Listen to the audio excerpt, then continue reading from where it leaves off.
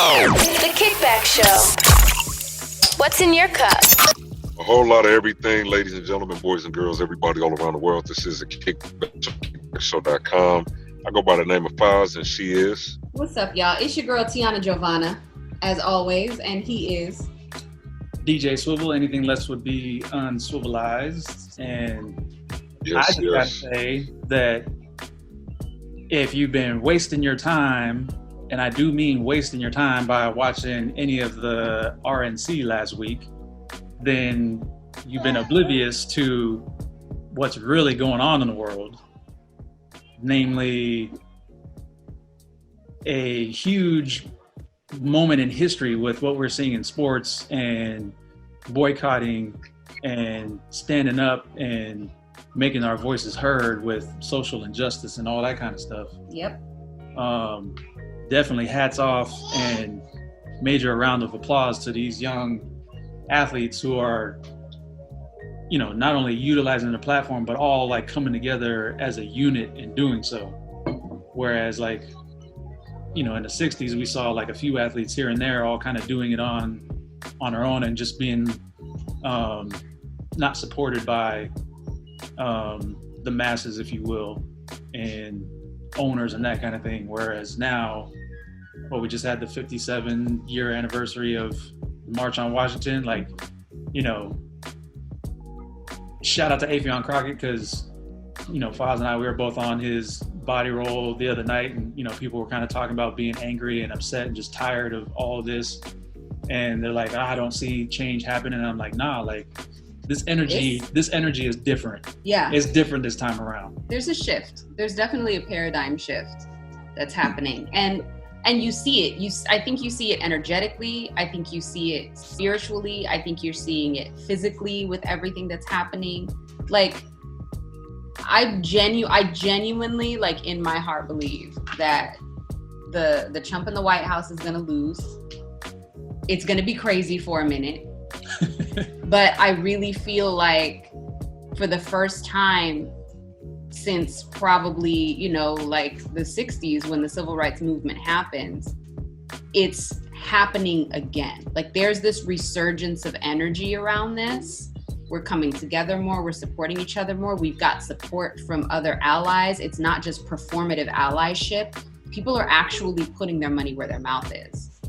And I'm here for it. Yeah. I'm here for it.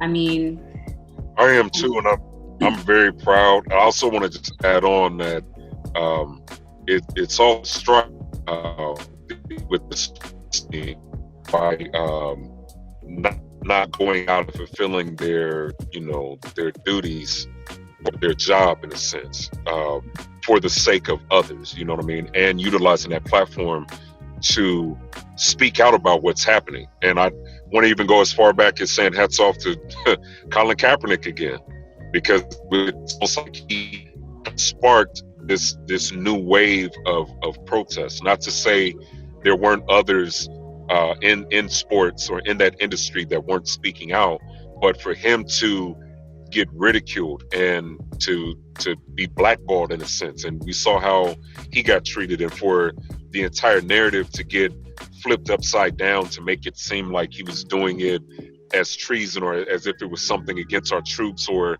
against the flag, for it to now come back again, and now it's almost like this symbol of solidarity that's being shown across all sports. Mm-hmm.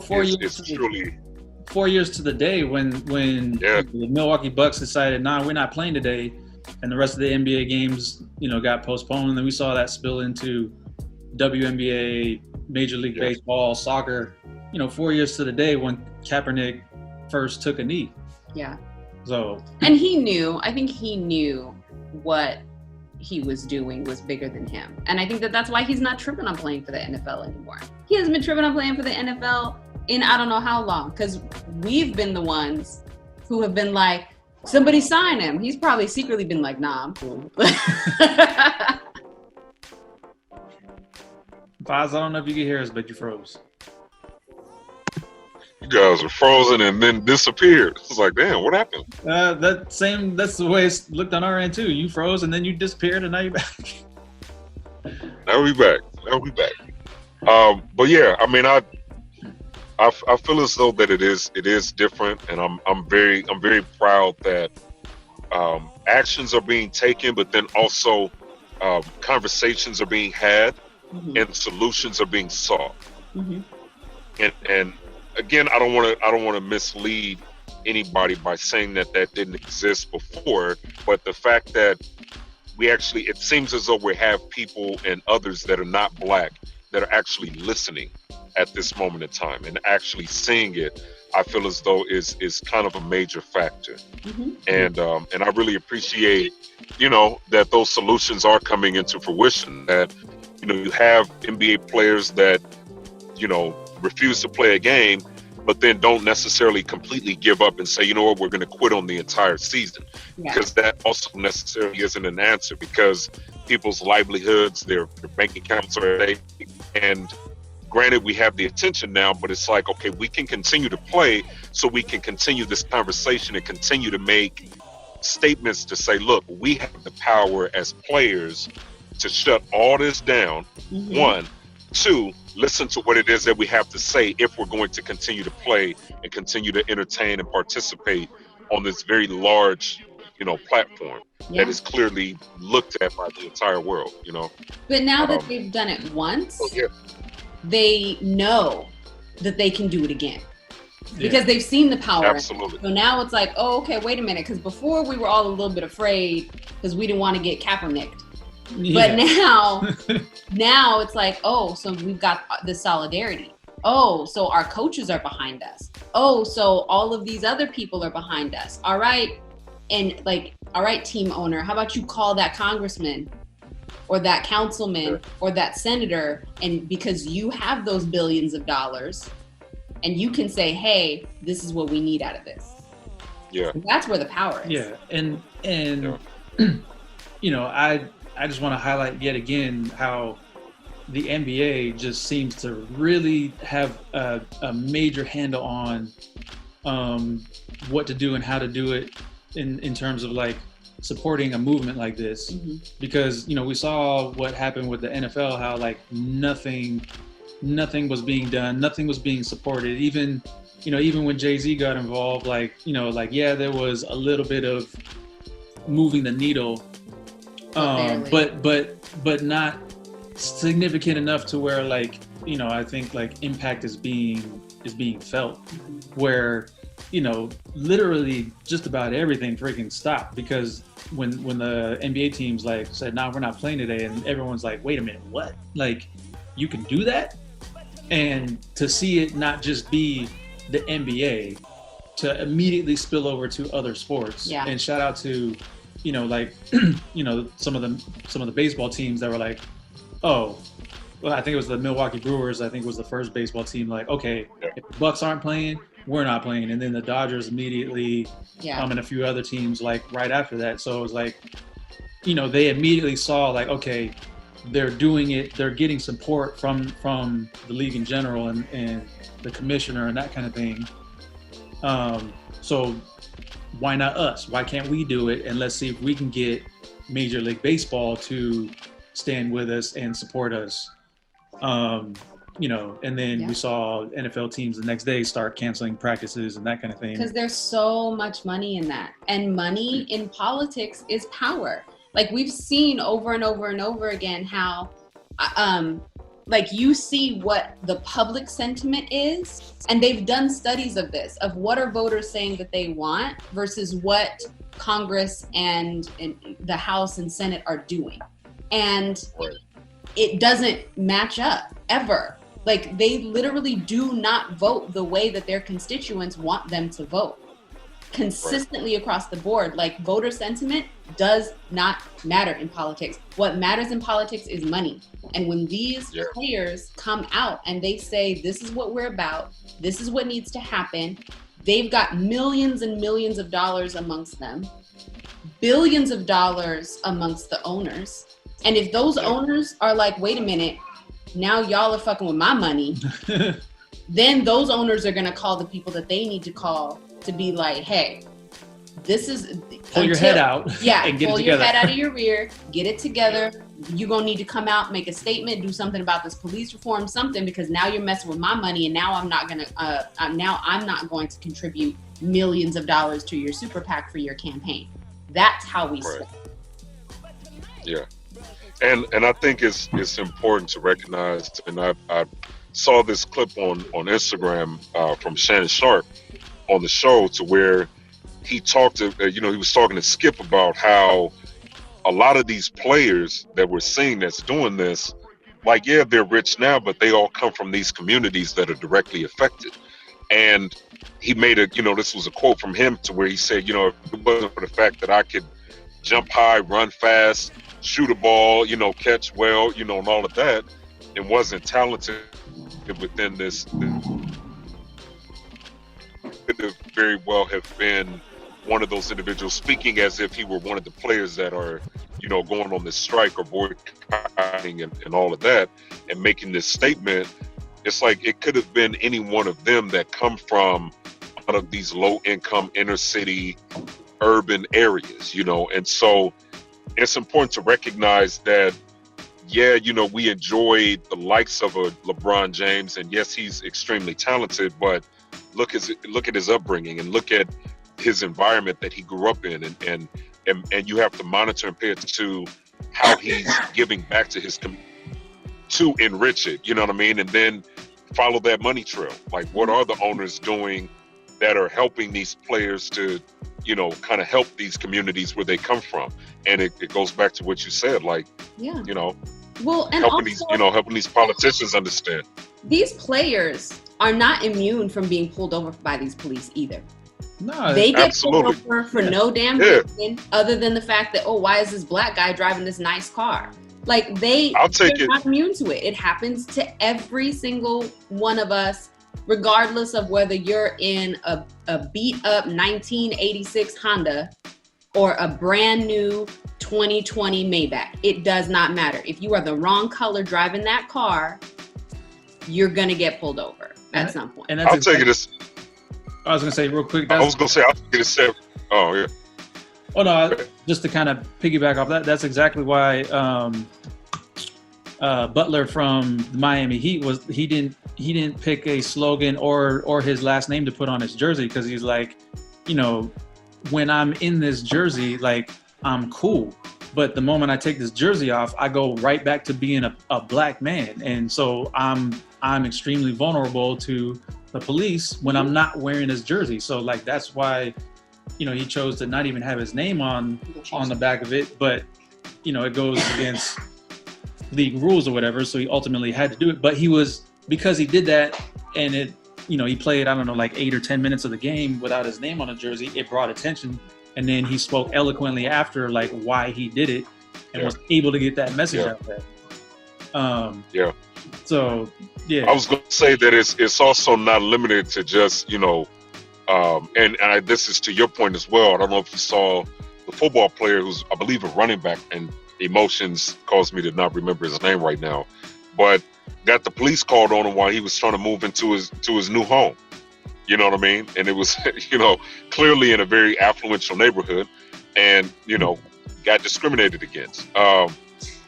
It's gonna come back to me when it's far gone. But well, look at LeBron James. Like, he bought this really nice house in Brentwood, California. Like, for those who don't know, Brentwood is like in Hollywood, Beverly Hills area.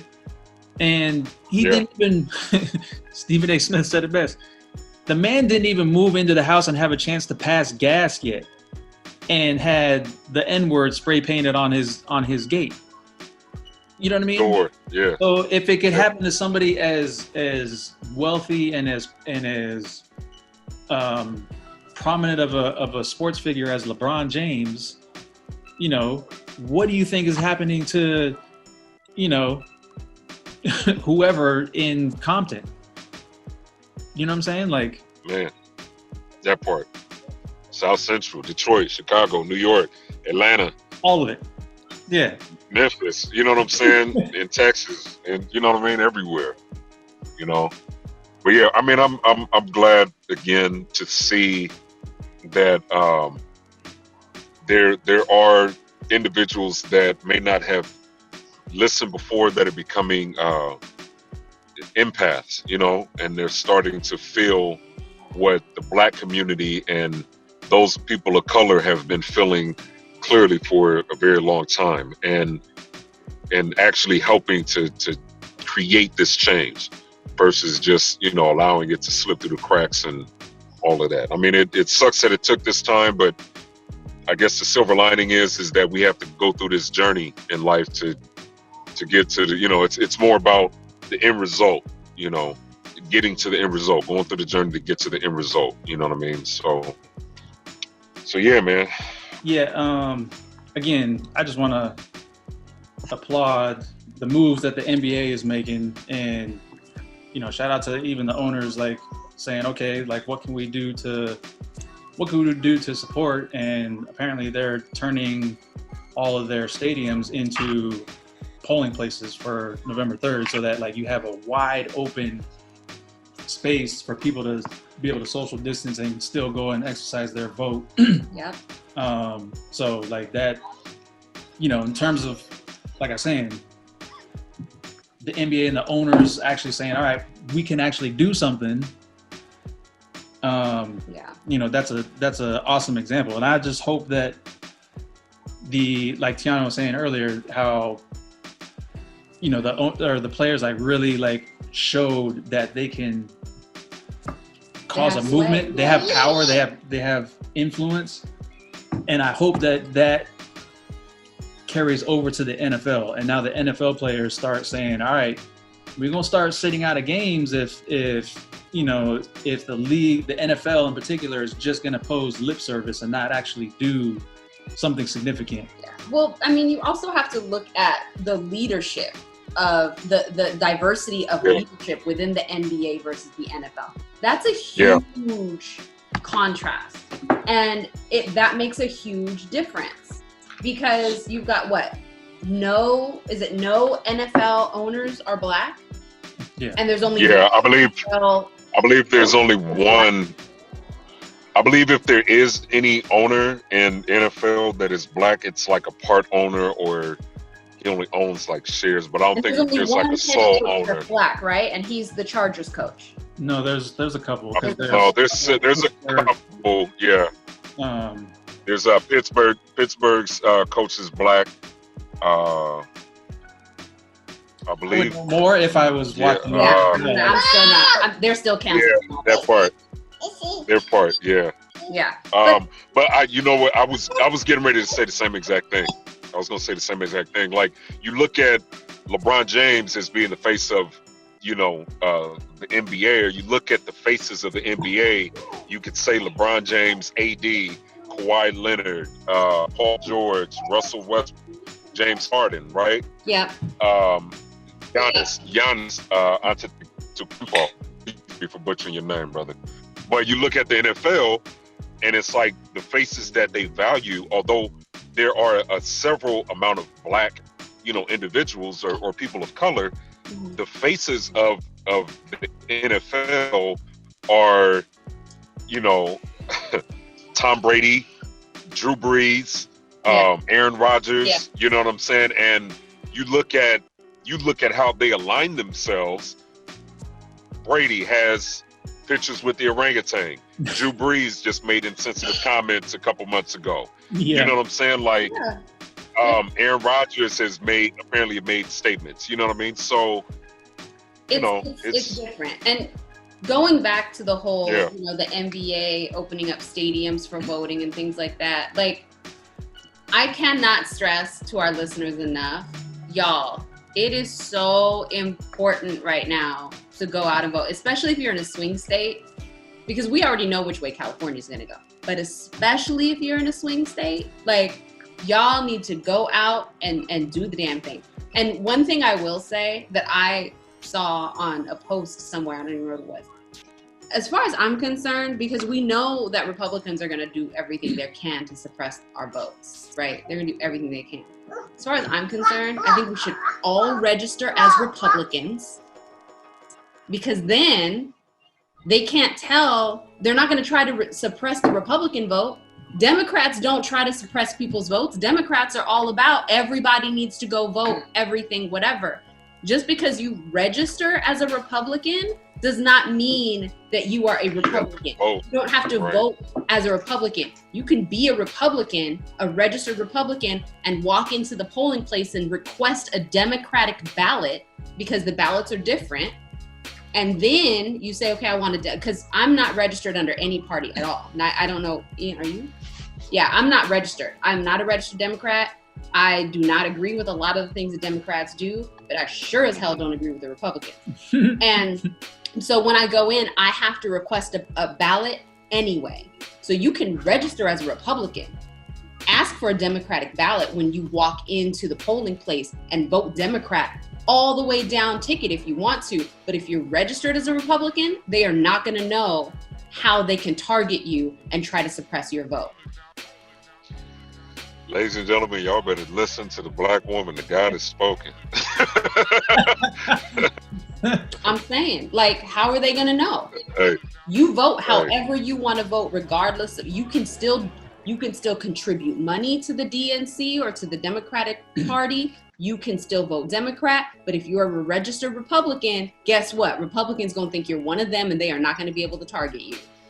And that's a power play right there. Use it to your advantage. That's a power. Yeah. And don't be fooled by some of the polling that's out there where, you know, like saying Biden is ahead by like 6 points or whatever the case may be. Don't get comfortable. Like, don't get complacent, don't get comfortable, because we saw 4 years ago, you know, Hillary leading in certain polls, like, or it being neck and neck. And I mean, Hillary friggin' won popular vote by 3 million and change or whatever it was. And we still see, you know, a deadly virus that is Agent Orange in the White House. Another thing that you can do is, for voting, because everyone's like mail-in ballot, request your mail-in ballot tomorrow. Nah, forget it. Request your mail-in ballot today. That does not mean you have to mail it in. Fill it out early, and you can take it to any open polling place. Yeah. Put your mask on, walk in, drop it off, walk out. Everyone's healthy, social distancing, done. You don't even have to stand in line. You walk in, you put it in the little box, you walk away. That way you don't have to worry about taxing the postal service or, you know, adding extra work to their already crazy workload. Drop it on in, walk on out. You've done your due diligence, and you know that your vote is counted. And this is how you know Trump and Republican Party is full of donkey dung, is because, like, if you really were so worried about mail-in voting being an issue and that sort of things, like, all right, okay, if that's the case, then because you're talking about it so far in advance, then it's like, okay, well, what are you doing to prepare for potential extreme numbers in mail-in voting? Are you creating more polling places? Are you putting simple mail-in ballot drop boxes all over the places so people can just drive up, drop it in the slot, and drive on, and you don't even need to get out of your car? You don't even need to worry about social distancing. Yeah. Are you creating those types of things? No, you are not, because you don't want the vote or people to get their votes submitted. Yeah, that's, like, how you know it's all about suppression. Yeah. That's all it is suppression. Look. Forget the whole aspect of, you know, pulling out sorting systems and you know, lifting freaking blue mailboxes off the street. Like, that part. You clearly are, I don't know. Anyways. That's a whole rant. But desperate, trying to duck the fade. Stop ducking the fade. Catch your fade like a man. Yeah, you bitch. But you can't catch nothing like a man. You know, and like I said, kind of at the top of the show, like, you know, if you've been wasting your time watching the RNC, like, they didn't talk about anything that was happening with Jacob Blake, which ultimately led to why boycotts in the NBA and beyond, like, happened, and why, like, you know, this moment in history as far as, you know, sports athletes and organizations, like, standing up for and voicing their opinions and thoughts against, you know, racial injustice, like, why this is so monumental in a way, because we saw what happened with Jacob Blake, and then a day or two later, Kyle Ratatouille, whatever the heck that fool's name was, Ratatouille. killing two people and severely injuring a third, and them just being like, oh, okay, yeah, come on, we'll take you in. There's a reason why we are at this point. But these boycotts didn't just happen out of nowhere. It's crazy to me that it doesn't register. They are out there protesting police violence, and they respond with more violence. Y'all just choose not to you are choosing to be stupid at this point. But I think that here's my prediction. This is all going to continue to rage on until the election. It's going to get worse probably after the election because Trump is going to lose. He's going to lose badly. So his little people are going to be pissed and they're going to take to the streets. I genuinely believe that a lot of this is going to be absolved once Biden is in. And let me be very clear. Biden is not my first choice by far. No. Biden is not my second choice by far. But I would rather, taking Biden's analogy, I'd rather get shot in the leg than shot in the head. At least I can come back from that. Trump is a direct shot in the head. 1-2 to the dome. Tap, tap. At least I can put a person in the leg with Biden. I'll hobble through you for 4 years. I'd rather shoot first and get shot. That's how I'm feeling. I mean, yeah, but unfortunately with this election, that's not an option. No, I mean, and I get it. I get the analogy and everything. It's exhausting. Yeah, it is. It's funny you say shoot first, because one of the guys that tried to take Kyle down after he killed somebody had a gun on him. But yet got shot in the arm. Yeah, I guess it was the guy that got shot in the arm. Was trying to disarm this 17-year-old. It's dude, you have a firearm. You literally just saw him kill. You were chasing him down the street because he killed somebody. And then not only that, before he got shot in the arm, he witnessed another dude who was already had an encounter with him get shot in the stomach. Mm-hmm. So the kid clearly proved that he will pull the trigger. And you had a firearm and you didn't think maybe heat of the moment, I don't know. But there goes that's that whole good guy with a gun analogy out the window. There you go. It was plenty of good guys with a gun. But no, it's very different when you're in the heat of the moment. You can go to the firing range and own a firearm all day long, but when it comes down to it, are you really pulling the trigger? And it's different for everybody. That little shit with the AR-15 said, yes, I can pull the trigger. And you know what? I hope they put him and his mama under the jail because she's the one that drove him across state lines with his AR-15 to go and take down these people. What the hell did you expect to happen? Yeah. And then what's even worse is you've got people on the right who are like, oh, kudos to that kid. Legit in tweets. One person who's some right-wing crazy person was like, I want Kyle, whatever the hell his name is my bodyguard. And then Ann freaking Snake in the Grass Coulter jumped in and she was like, oh, I want him for my president. That's how these people think. Y'all need to understand what we're up against. What was Nick Cannon talking about a couple weeks ago? What was it? Yeah, that part. We ain't got to talk about it. I was just trying to figure out what it was that Nick Cannon was saying. Yeah, it'll come to me. I'm pretty sure somebody knows what I'm talking about. But go on. What are you saying now? No, I was about to say, it's serious when she's slapping the knee versus just clapping in between words. I'm serious though. We need to be acutely aware of what is at stake for Black folks specifically, more broadly, our brown, brothers and sisters. We need to understand what is at stake. We need to start using their tactics against them. Like all of this marching and stuff, yes, that's great, but what is going to move the needle? Like how do we need to understand what the game is so that we can play it, because right now we aren't even in the game. We don't understand the rules of engagement for some reason. Like I said, if the Republicans are trying to suppress your vote, what do? Register as a Republican. That doesn't mean you have to vote that way. It might put a nasty taste in your mouth for a little bit. I don't like that. But if you got to do it, you got to do it. They're all about like letting these folks, and I'm going to say it because it's majority white. They're all about letting these white folks run around with these AR-15s with no problem. What do you need to do, Black and brown people? You need to go out. You need to register as a gun owner. If you can get your CCW or your CCP, concealed and carry permit, get that. And then what do? Go and become a member of the NRA.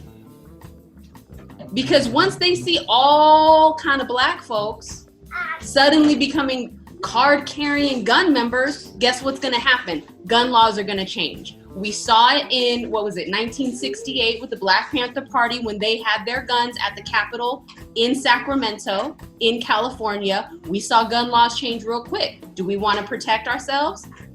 What do we need to do? We need to go right back to that mentality. Do exactly what they don't want you to do. Do what they are doing, and then the rules will change. Right.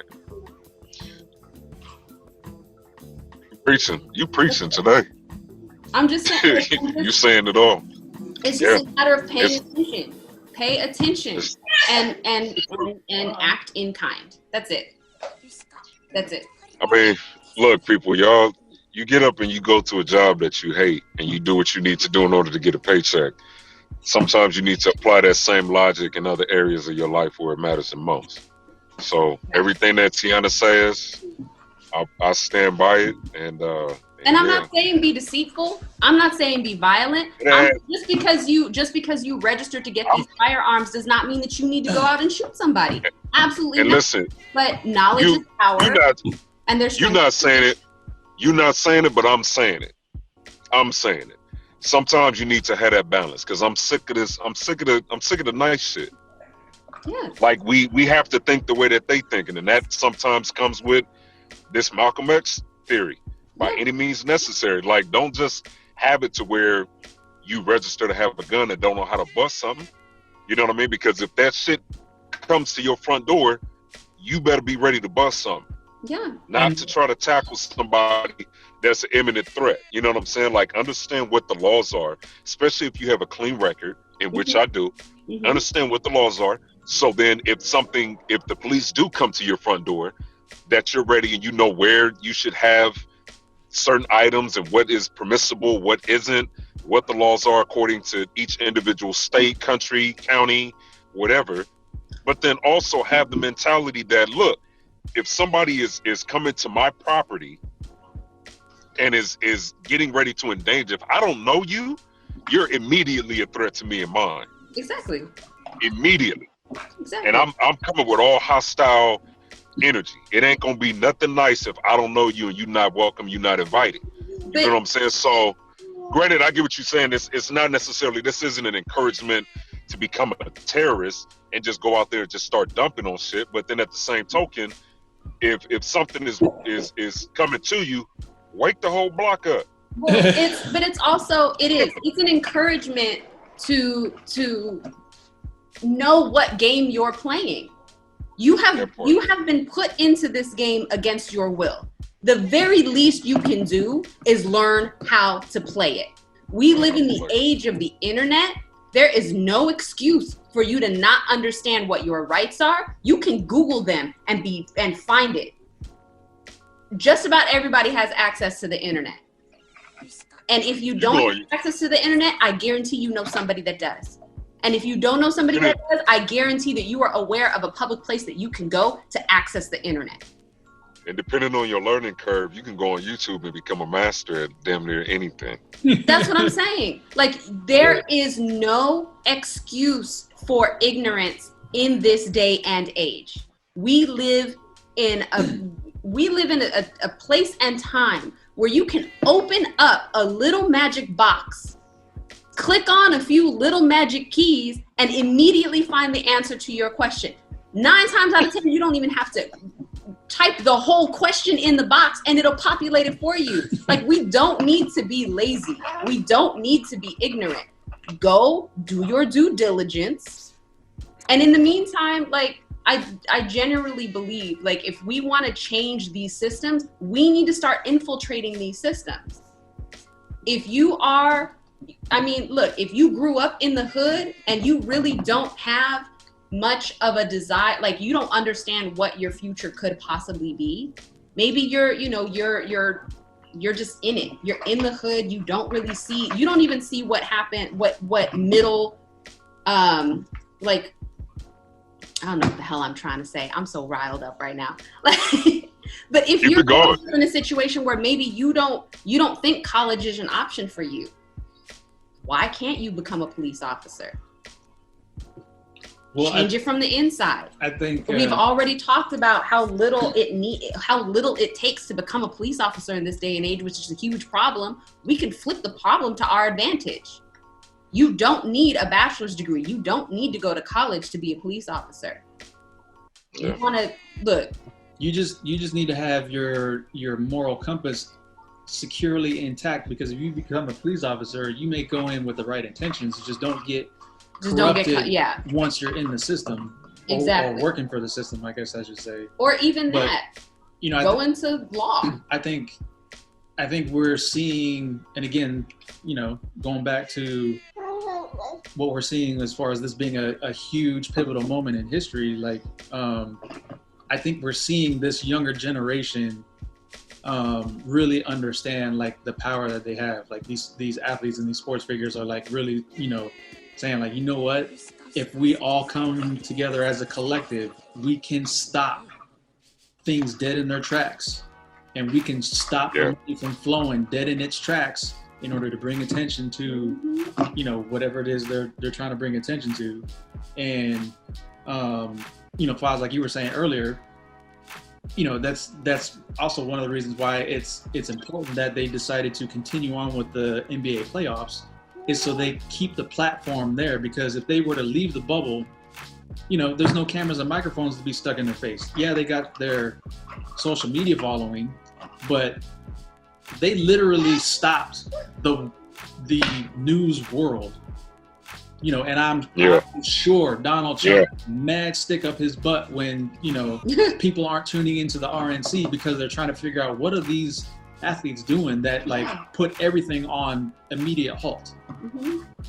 And I said it in the chat on Aphion's stream, like, I got this weird, like, strong gut feeling, you know, George Floyd's daughter and Jacob Blake's, his 3 kids, watch them, those 4 kids, grow up to be some of the most powerful, influential people because of what they witnessed happen to, you know, their fathers. Yeah. Like, shout out to Jay-Z for painting that image too in his music video from Everything Is Love, where in the music video, get the song, if it was Family, was it 4-4? Or either way, it was a future to where it seemed like there was a council meeting with, like, the leaders of the world, and they were all women, and it kind of went back in time, and it basically was saying that it was Blue kind of grew up to become this individual that was very prominent and a decision maker within politics. And I agree 100% that, you know, clearly everything now, we have the power to shape and mold the minds of the young ones. And as Swivel mentioned, like, those kids are going to ultimately change laws and change what the future is going to look like, even beyond us. Once I'm dead and gone, like, that energy that they carry is going to definitely, you know, you know, like, definitely change some shit. What does not kill you makes you stronger. That is absolute truth. And we are witnessing the development of a whole generation of warriors right now through their actions. Yeah. You know, there's that, what is that saying? Like, they I don't remember the second. It's they didn't want us to. They threw us away. They threw us into the ground, but they didn't know we were seeds. Basically, like they didn't know what they were planting, and that's what they're doing. Yeah. Someone, please. Yeah. Correct me. I don't know what the hell that saying is right now. I've lost it. Hey, listen, it makes sense. I mean, shit, whatever it was, you got credit for it. So now, you said.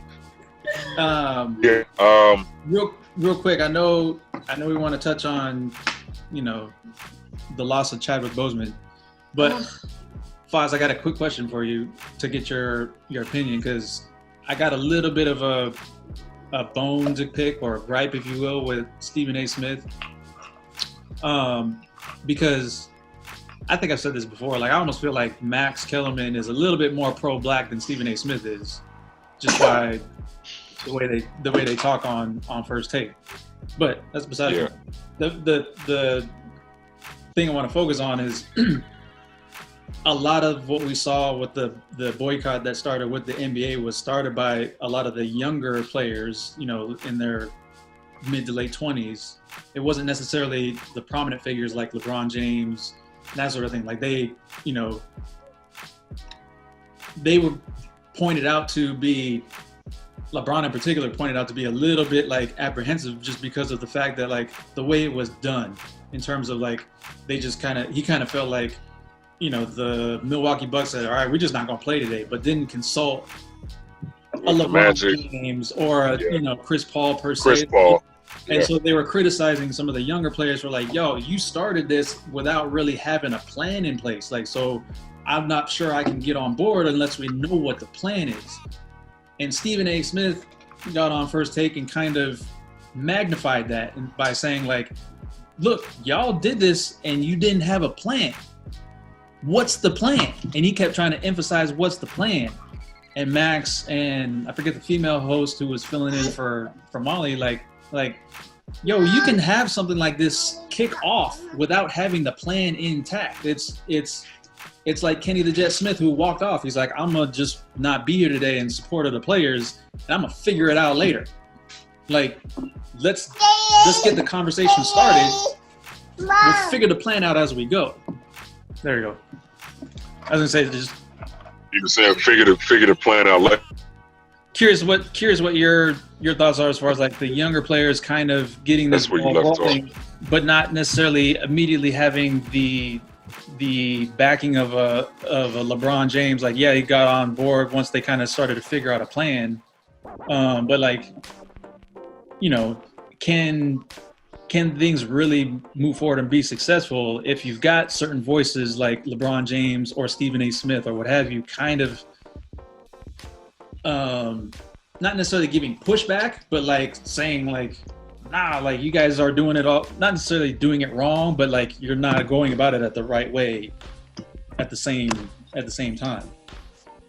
I feel as though, and I love Stephen A. Smith. I've loved his work for a mighty long time. And even watching the full clip of Kenny walking off and listening to what Chuck and Shaq had to say,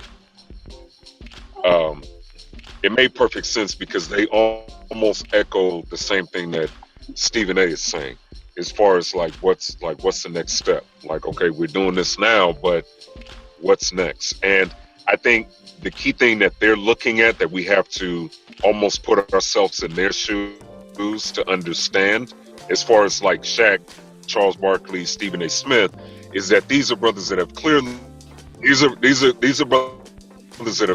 been in the industry for an extremely long period of time and understand the bigger picture of what's happening behind the scenes, right? So, prime example, unrelated, but the whole Donald Sterling thing, clearly that's been going on, and he's somebody that has existed within that industry for a while, but it wasn't until it got exposed, the true nature of who he is and what happens behind the scenes, that these young players may not necessarily be aware of. What is it that he sees not be seeing out of just emotion in the moment, right? So you go down the line and it's like, okay, I don't play tonight. There's money that, you know, the NBA is clearly going to be losing with advertising dollars. There's money that the owners are ultimately going to suffer from. And it's clearly a big political play, but the power still lies in the hands of the owners to withhold, you know, money and payment to players. There's power that they hold to change policies amongst the players to say, look, you're still obligated to play. So if you choose not to, then these can be the consequences moving forward. So I think somebody that is the likes of a LeBron James being apprehensive at first probably understands that because he's in those rooms. To whereas if you're a younger player, you do have the right intentions, and it's like, hey, we stand next to you, but going about it in this way, there's other ways that we can put ourselves in a position of power to where when we make this statement, we don't suffer any consequences on the back end, to where we're able to make this change that we need without our family suffering, without seeing a paycheck being cut, to where we can have the likes of people in the media on our side, to where we aren't then being attacked on our character. We're not being attacked because clearly the media is gonna drag them in certain areas, but it's like the main power play is persuasion, it's influence. We have that on our side.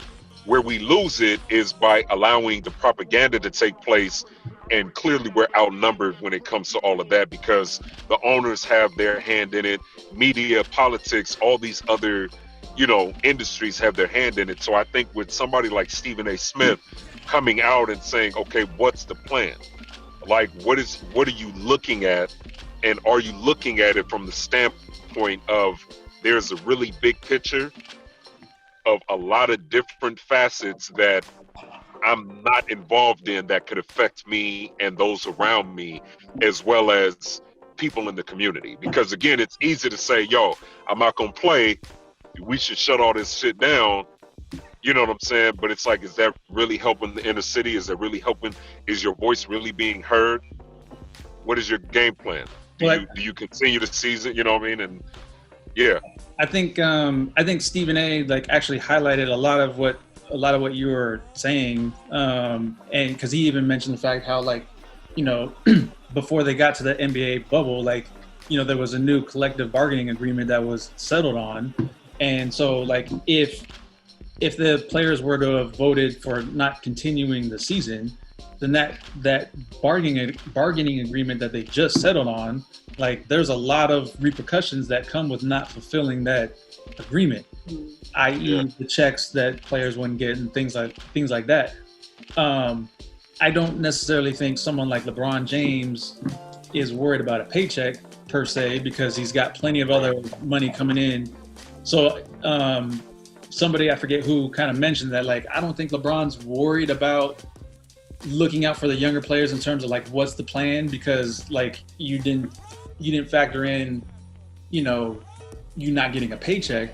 I think it was more like LeBron and a few others like started this whole more than a vote movement, and was kind of, and so the younger players, I guess, was kind of feeling like LeBron was more worried about what's the plan, because he's got this more than a vote movement happening, and if we just do this all willy-nilly and we cancel the season and that kind of thing, then his more than a vote movement is compromised because the platform is not there. And kind of felt like, you know, he was trying to put his seniority into effect to say like, nah, we need to do it this way, because, and, you know, Max pointed out, like, for some of these players, the younger players, they're just kind of like, look, I understand that a paycheck is on the line, but this is bigger than my paycheck. Like, you know, yeah, I would like my check, but financially I'm good, and this means more to me than continuing the season and still getting that paycheck. As soon as I knew about the collective bargaining agreement, like, I knew the season would continue. It would just be a matter of when the restart would happen. But, you know, I guess now at this point, I'm really curious to see. That was the other equation. the NFL players, obviously, they're not making the same kind of money as NBA players. So that might be partly why, you know, like Tiana said, they didn't want to get Kaepernicked, right? Because so that's why they kind of kept silent, so to speak. But now that the NBA players as a whole showed how they can do it as a unit and the power that it has, curious, like your thoughts, like, do you think that carries over to the NFL to where we might see a boycott in the NFL in terms of one or more games not being played, or, you know, this, I mean, let alone they got pandemic issues that they need to freaking worry about because they can't put themselves in a bubble. And here's what I think. I feel as though, I mean, and clearly we don't have all the details of what Jay-Z is doing behind the scenes. I feel that the point of a boycott, of a strike, of all of these actions of withdrawing your services to something, even within entertainment, serves the purpose of bringing attention to an issue. Now that the entire world knows about it, what do we do from there? You know what I mean? And with the NFL, granted, yes, you know, money is clearly more of a determining factor in them, you know, playing out their season and getting paid. I believe that it's more, how do we make a statement while also bringing awareness and coming up with solutions on the actual change itself. You know what I mean? So yeah, we can boycott all day, but it's the same stance that I have with protesting, which is why you won't find me out there. It's like, where's the action? Like, what are we doing? You know what I mean? Like, no, you haven't caught me at any protests. I haven't been on the front line. Salute to everybody that has done that. But then you ask for my track record, I'm gonna give you answers. So I'm more or less just saying that, you know, as the NFL, as an organization, I feel as though that I think collectively it's more, what do we do as an organization to contribute to the change, continue the conversation, and really seek justice for these issues, more than just let's bring awareness. Let's just shut down everything to bring awareness, because then at the end of it all, you have to accredit for people's livelihoods. That there's people that need to feed their family and that aren't big names. You know what I'm saying? And it's like, what do you do at the end of the day? You know what I mean? Especially when owners are looking at it from a standpoint of everybody is deplorable. You know what I mean? Everybody is expendable. You know, everybody can be replaced. You know, if you don't want to play, everybody can be replaced. We can bring in, there's 100 million other kids all around the world that are dying to get a 6-figure check to play a game. You know what I'm saying? So that's true, but I think they also understand there is an it factor to specific players who make it to the NBA. Absolutely. Yes, granted, a lot of people can play, a lot of people can ball somebody up, but at the end of the day, do they have that it factor? Are they entertaining to watch? Are they going to bring value to your team? There's a reason that only so many people make it to the NBA. You know, yeah, they could fill their roster full of people. If they wanted to, they could have a ton of people on there and only pay them half of what they're paying, or a small increment of what they're paying the people who are there. But you bring that value to the table. You know, not everybody can be LeBron. Yeah, there are probably a lot of people who are not in the NBA, like a few people who are not in the NBA that might be able to ball LeBron up.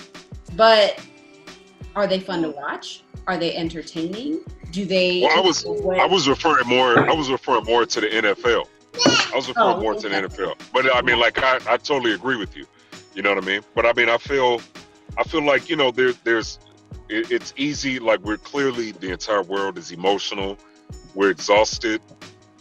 And it's easy to jump out the window without looking at every aspect of what it is that we're dealing with. Like, yeah, we can shut everything down, but it won't do us any good if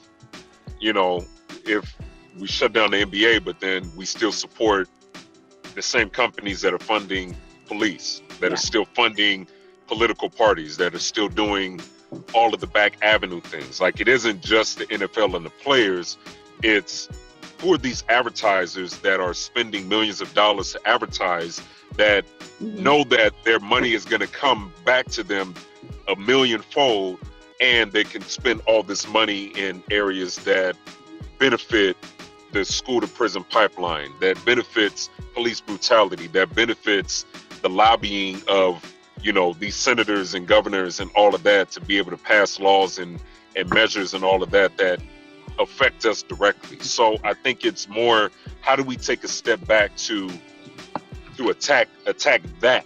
You know what I mean? And it goes beyond, again, just sitting out for a game or a season. I will push back on you on the protesting. I do believe that protesting is definitely a critical component to absolutely swaying change. Absolutely. But it is not the end all be all. And that's where I agree with you. I am all for protesting with a plan. And the thing about, like, you know, we've seen after George Floyd's murder, and all of those people took to the streets, and people are still taking to the streets. That moves, like that provides critical pressure on politicians in those cities. And that's what we need to understand is, you know, your school board members become your council members. Your council members become your Congress members and mayors. Your mayors become your governors, and so on. And so it does trickle up. And so that pressure trickles up from mayors to governors to federal, and so on and so forth. So, but I do believe that it's only the first step. It's only the first very critical component to keeping the ball rolling in the cycle of what we're trying to end. And I totally agree. And again, by no means am I saying don't protest. It's just, my main issue is that I feel as though that there are a lot of individuals that see that as the only solution for change. You know, that we see individuals that go out there and then that's it. Like, I'm out here, I'm marching, I'm protesting, I'm shutting down the street. This is all fun, cool. And then that's it. Yeah. Now what? You know what I mean? And so again, for me, I'm more on the after that. Like, okay, the world knows about it. What's next? Yeah. You know what I mean? Like, where are we? Like, and for me, where are we spending our money? What is, are we calling our politicians? Are we donating to politicians so that we can harken back to them and say, hey, I did you a solid. It's time for you to do me. And that's what a lot of people are not doing. And I agree with you on that. And part of why I don't go out there is, let's say I went out there for the George Floyd, you know, protests and march and all of that, right? Before COVID kicked off, I was I'm in a private school system to where I teach, and I was literally teaching a class on social change, or hip hop for social change. And literally everything that we're seeing right now, we were addressing in this class, right?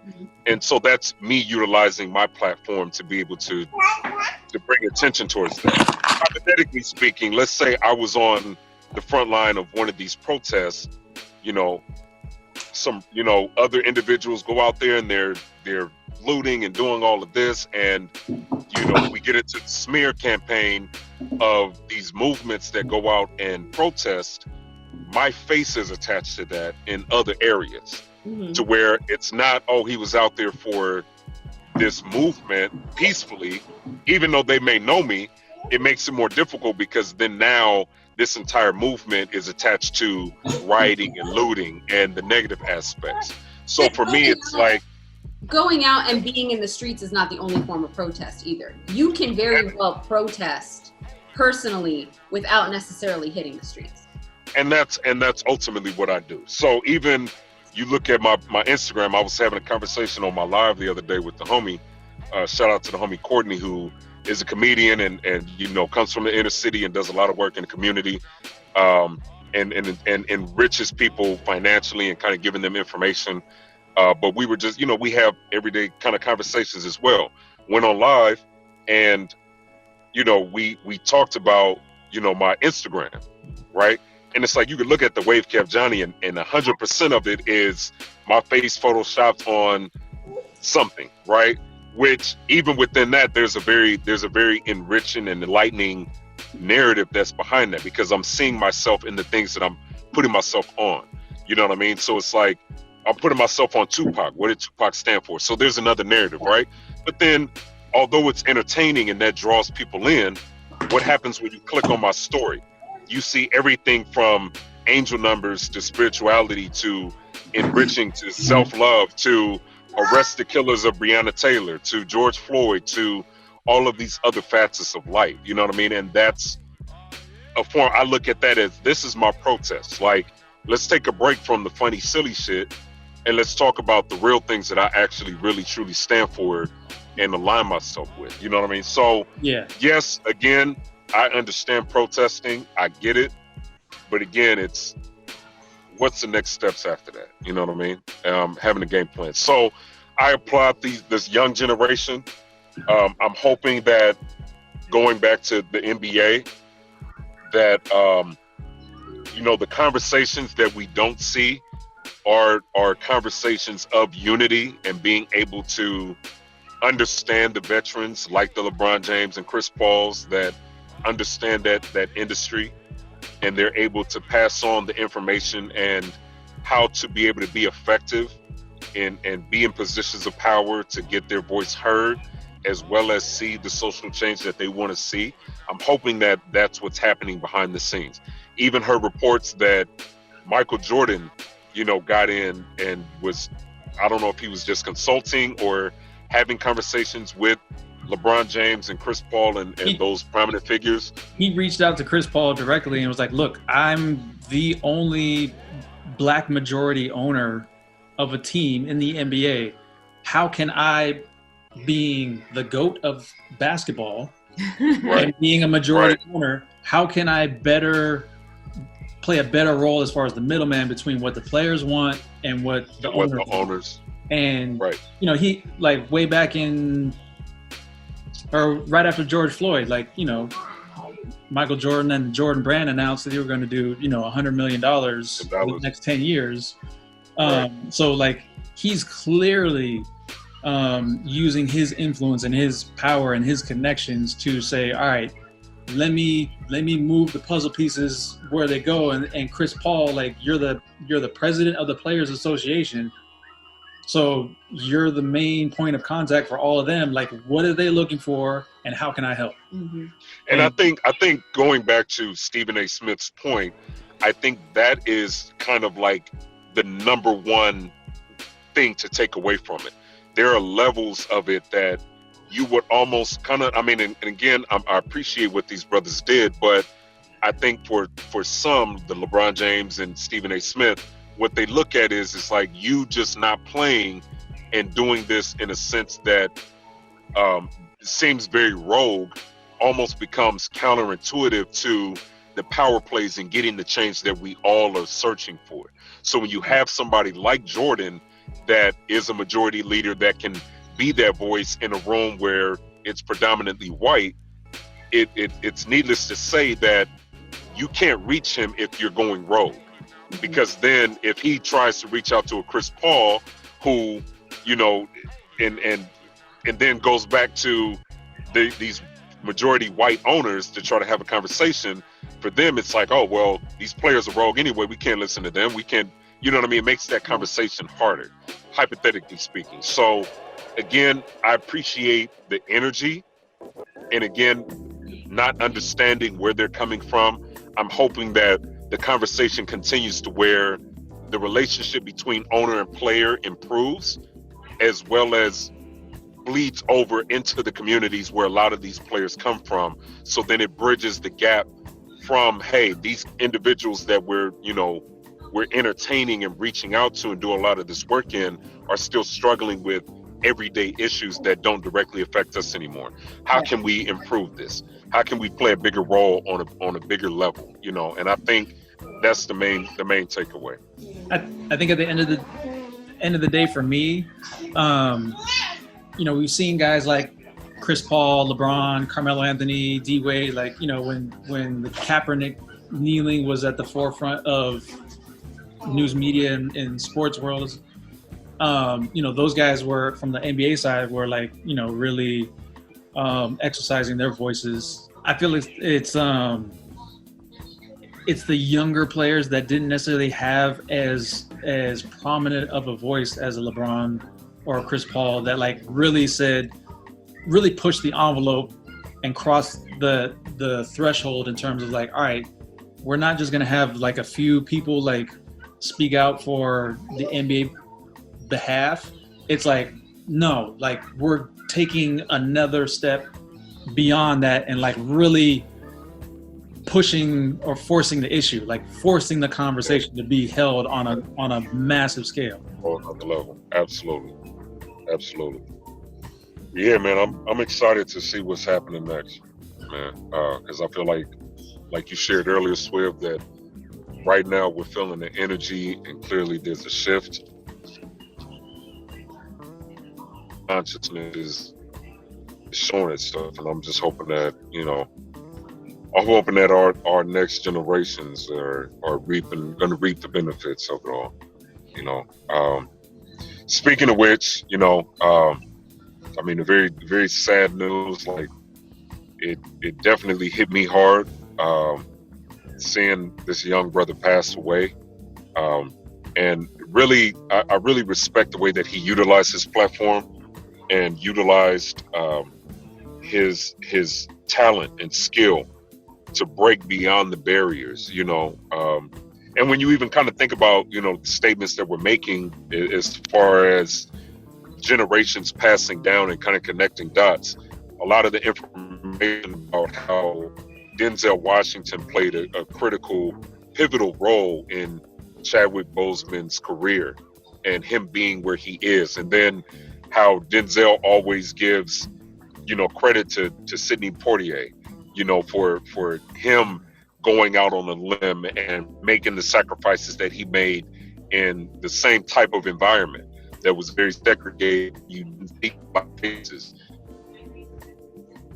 Being able to get from a Sidney Poitier to Denzel Washington, countless other Black, affluential, actors, comedians, and entertainers, but then get to the point to where we see an individual like Chawick Boseman not only portray the likes of James Brown, who prominent figure in civil rights, the likes of a Robinson, who prominent figure in civil rights and breaking barriers, in baseball. Thurgood Marshall, prominent figure, civil rights, you know what I mean? To even being a literal superhero, literally, and breaking records with that, and it being such, this stigma saying that superhero or comic movies don't do well, don't perform well, and for it to not only outperform on a national level, but on a global level, to break beyond that $1 billion mark overall, when the budget was clearly wasn't that. It wasn't like $1 billion movie budget for Black Panther, but for it to rake in so much profit, but then even beyond that, the impact that it made on Blacks in general, period. You know what I mean? Both young and old is unprecedented, and clearly, and then even to see footage and to resurface as far as him touching the community and going back to colleges and touching everyday people, and having a work ethic that defied the rules of everything. Seriously. You know what I mean? Like literally not allowing shit to stop you is a level of inspiration and motivation to say, you know what, yes, there's something that is literally hurting me, and it's ultimately, I'm going to meet my demise, but I'm not going to allow anything to stop me from getting my message across, because that energy is going to become eternal. Like, I must praise this man, definitely honor him. I'm glad that he was a part of history that is going in the record books, as far as like Black Panther is concerned. I'm glad that I showed up in my Colin Kaepernick with Malcolm X and Martin Luther King shirt, on that day, and in solidarity with just people across the world. And and may his energy and his spirit live forever. You know what I mean? And Because although in grief, I think that there's a lot of good that can be taken away from it. Personally, I took it. Something that stuck out to me. I just found out today. I read an article, and I haven't fact checked it, so excuse me if this is misleading information.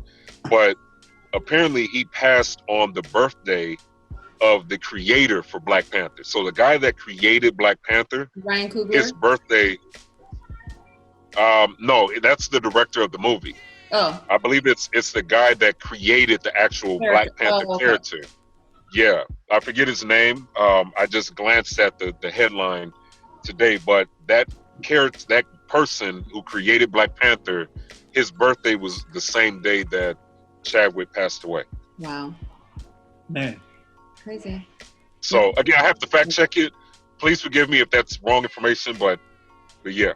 That's I wouldn't be surprised one bit if that was the case. Yeah.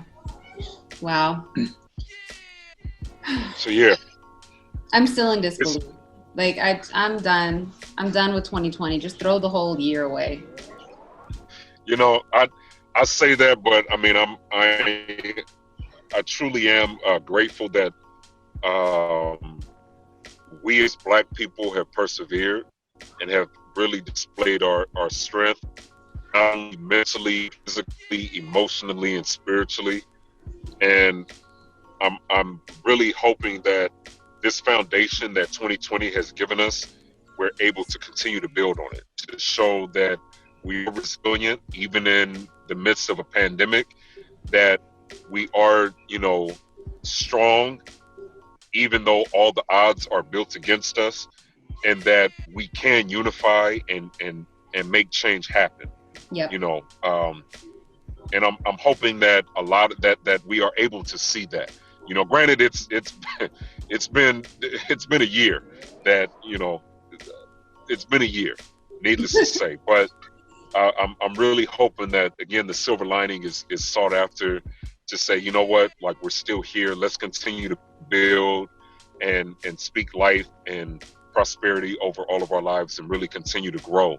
And so important, because this 2020 is what it is, but there's more years to come, and at the end of it all, it's time is just a construct. It's something that we created to just kind of measure to measure things. To recap, people, don't lose hope. Go register as a Republican. Don't vote that way. Just register that way. I'm not going to tell you how to vote. Just register as a Republican. Request your mail-in ballots right now. Drop them off at your polling place. Take some time to watch Black Panther tonight, just on GP. And invest your money. We didn't talk about that, but just do it, because that's what you should do. Yeah. And if you have a clean record, register to get a gun. Yeah. Yep. Get your gun license. Learn how to shoot it. Even if you borrow one from the shooting range and you don't actually own one, just register and learn how to use one so that you know how to defend yourself. Pay attention to the rules of the game that we have been thrown into, so that we know how to be better players. Kickback University. I stay woke. It's the Kickback Show.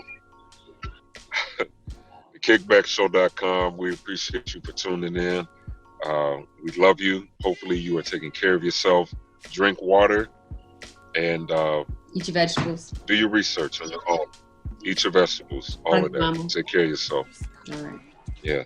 Have your kids social or have your kids virtual learn at home, so they don't freaking go to school and risk freaking continuing to spread this retarded virus.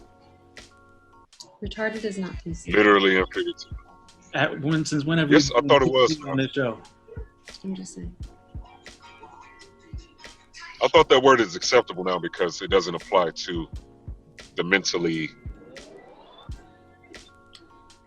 Okay. I'll Google it. I'm I make a motion. I'll send some information. I make a motion that we dedicate that word specifically to coronavirus and Donald Trump. I'm with that. Anytime anybody. But according to Dr. Umar Johnson, it's referring to them. But according to Dr. Umar Johnson, I saw like some years back, he said that word doesn't apply to the mentally, I forget what they're considered now. Challenge. But whereas people with like disabilities, where they used to be considered either having a retardation or mentally retarded, etc., that word became derogatory because of that, because it was like that was, you know, it was kind of like a slight to people that were dealing with these disabilities. So now that the terminology has been, you know, redesignated, you know what I mean? Like they have delegated different words deals with autism, ADHD, any type of, you know, whatever. It's more, hey, now I have a mental disability versus considered a retardation. So the word retard, although yes, it's still kind of sensitive given that we are in a very PC type of world right now. Technically, the word doesn't apply in that manner anymore. So yeah, that's Money disagrees. Yeah. So I mean, take with it what you will. Well, thank you for that. Yeah. So, but as always, this is the Kickback Show, kickbackshow.com. Follow us at the Kickback Show on all your social media devices. I go by the name of Faz. Social media, I'm Wavecap Johnny. Everything spelled as is, no spaces. She is. I am Tiana Giovanna across the board on everything, and he is. Swivel on Instagram, DJ Swivel on Twitter, SWIVLL. And Organic Blackberry on Instagram, social media. Tastes like it sounds like it tastes. All that. I'd like to vote that you not say that anymore. I think that's something that only she can say. I mean, I'm just trying to stay consistent with her slogan, you know. It's funny because people will hit me up like, yeah, I think y'all got something. It's like, no, that's literally my cousin. Like, we share the same blood. So, you know, cousins are literally like your first best friends. So that's like that's literally my first cousin. No, metaphorically speaking, it's not an idiom. It isn't a simile. It's a literal fact. That is my first cousin. So, yeah. Perfect. All right, y'all. There it is. I'm going to sign out for Swivel. He's dealing with the baby. Much love. Y'all be good. Much love. Peace.